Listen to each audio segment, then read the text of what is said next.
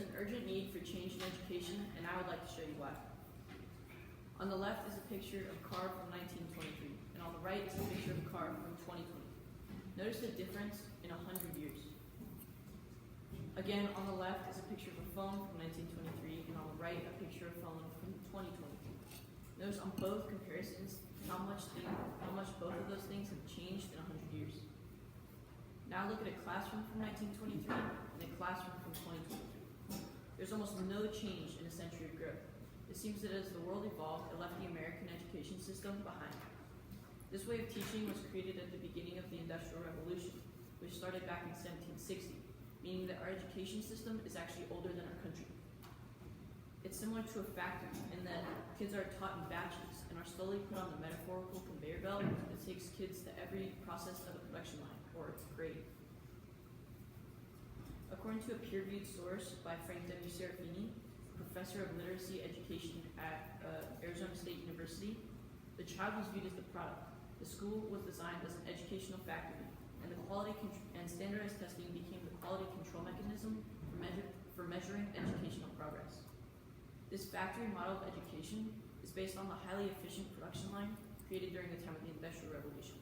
This ancient way of education stifles creativity and innovation. A few people realize this, including some of the most successful people in the world: Steve Jobs, Bill Gates, and Mark Zuckerberg. They all left college before receiving their diplomas, according to Abigail Johnson Hess, a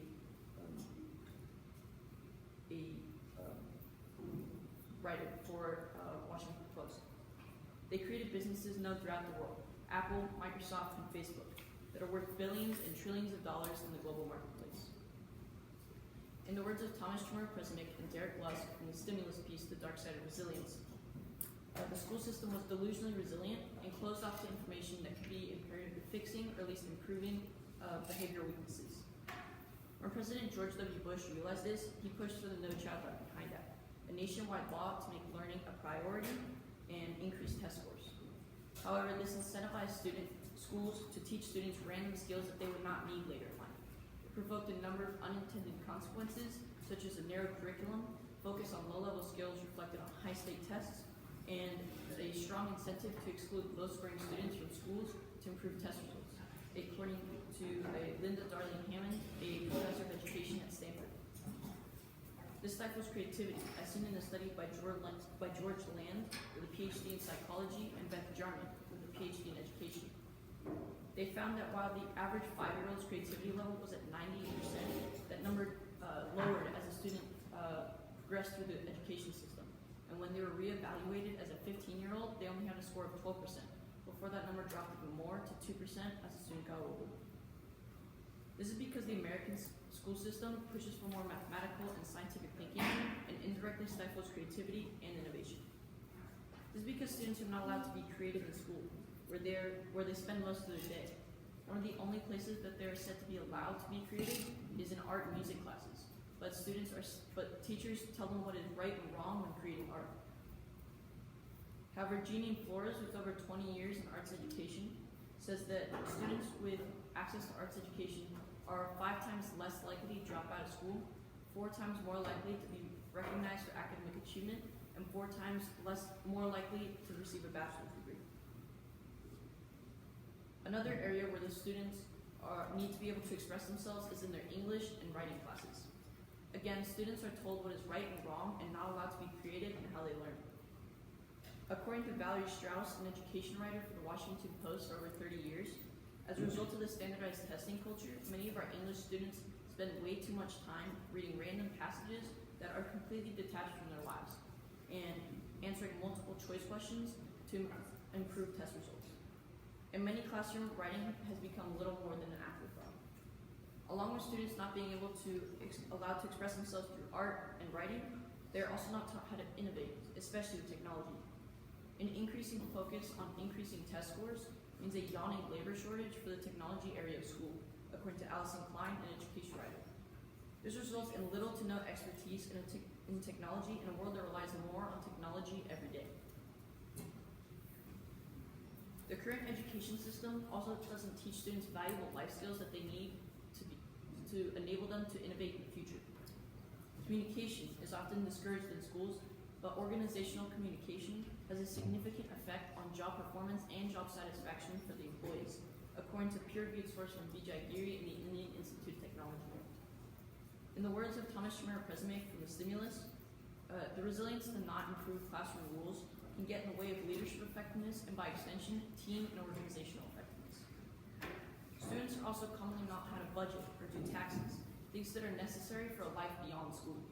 According to Cindy Kuyujman, a founder of a finance company, many teachers unfortunately lack the knowledge themselves on financial literacy, and they are ill-prepared to teach it to the next generation of students, which is why these skills aren't taught in school.